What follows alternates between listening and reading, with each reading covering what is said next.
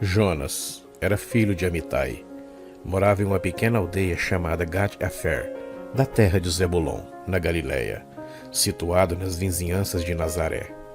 Ele também é o herói do livro que traz o seu nome, o quinto dos 12 profetas menores. Jonas foi um profeta hebreu que viveu durante o reinado do rei Jeroboão II, em meados do século 8 a.C. Ele também profetizou a restauração de algumas fronteiras de Israel. Natural de Gat-Hefer, ele muito provavelmente foi treinado por Eliseu, na escola de profetas, já que este profeta morreu por volta de 797 a.C. Um homem levantado por Deus diferenciado. Suas histórias se diferenciam das dos outros profetas por alguns detalhes inusitados. Conhecer a história de Jonas é conhecer sobre o plano, a misericórdia, o amor de Deus, é mergulhar na história. E ao mesmo tempo, é um desafio tanto para nós pessoas comuns, como para a ciência. Jonas é um profeta que foi chamado para uma obra especial e cumpriu essa missão de uma forma muito peculiar. Ele foi um profeta de Israel, da tribo de Zebulon. Ele profetizou durante o reinado de Jeroboão II.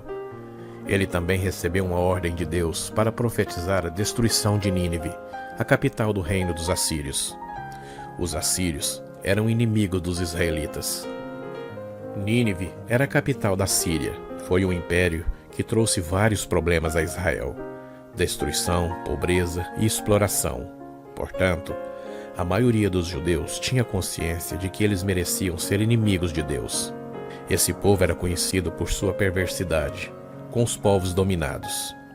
Os ninivitas eram um povo temido pela crueldade com que tratava os guerreiros capturados, muitos dos quais eram cegados para que não fugissem.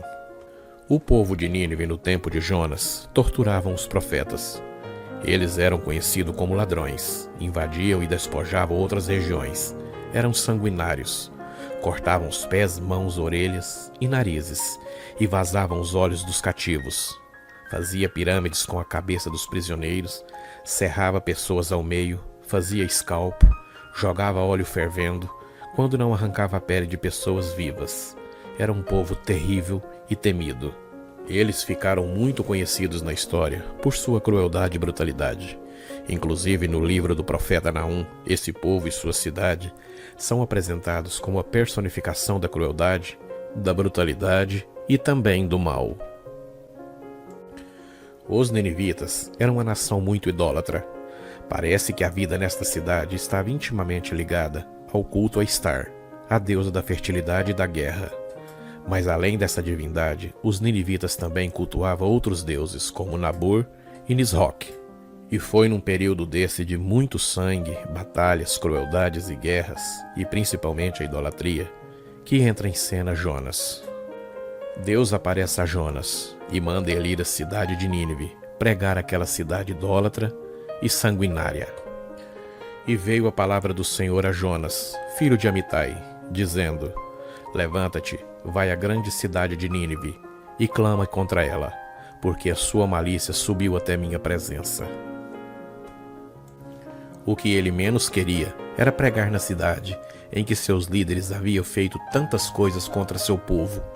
E na cabeça de Jonas, ele não entendia por que o Senhor queria o arrependimento de um povo que fez mal ao povo de Deus. Essa cidade se localizava a cerca de 800 quilômetros de distância do porto de Jope, o local mais próximo para a embarcação de Jonas. Porém, o profeta pega um barco que ia para Tarsis, que fica na região atual da Espanha, em direção oposta.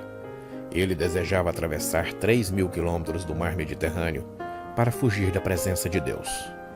Seu plano foi fracassado por uma forte tempestade que se levantou no mar, e consequentemente veio sobre ele um grande peixe enviado por Deus.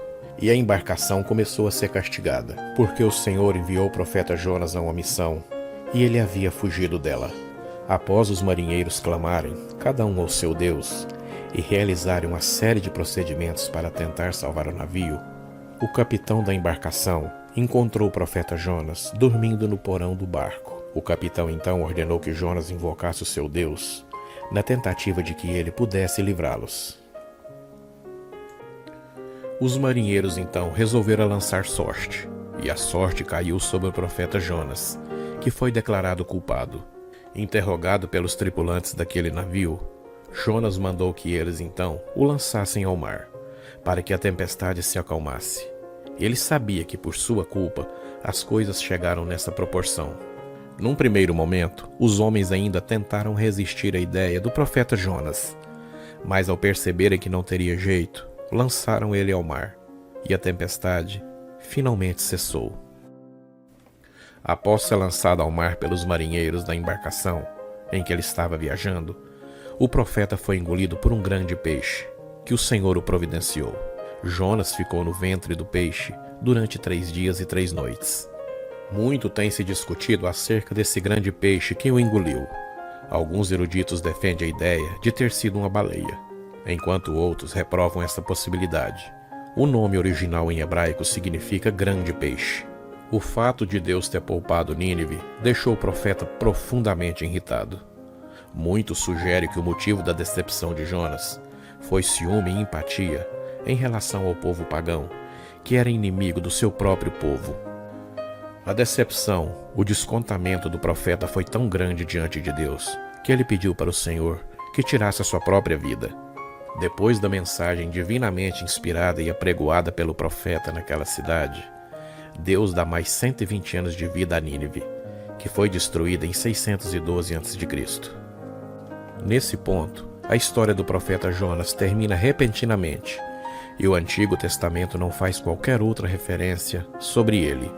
O profeta Jonas é citado no Novo Testamento pelo próprio Jesus, onde ele faz referência ao período em que Jonas permaneceu no ventre do peixe e ao arrependimento da cidade de Nínive através de sua pregação. Alguns estudiosos defendem que Beroso, um sacerdote e historiador caldeu da Babilônia, que viveu no século III a.C., teria escrevido o episódio envolvendo Jonas. Beroso escreveu em grego uma obra sobre a história da Babilônia, aonde um de seus relatos ele se refere a uma criatura que emergiu do mar para conceder sabedoria aos homens. Oanes era um tipo de um homem-peixe. Os babilônicos cultuavam diversas divindades com perfis curiosos, incluindo um deus das águas, Enki. Mas o que chama atenção nessa história é o fato do nome Oanes ser muito semelhante ao nome grego Loanes, que junto também com o grego Lonas, é utilizado para representar em hebraico Ioná, ou Jonas.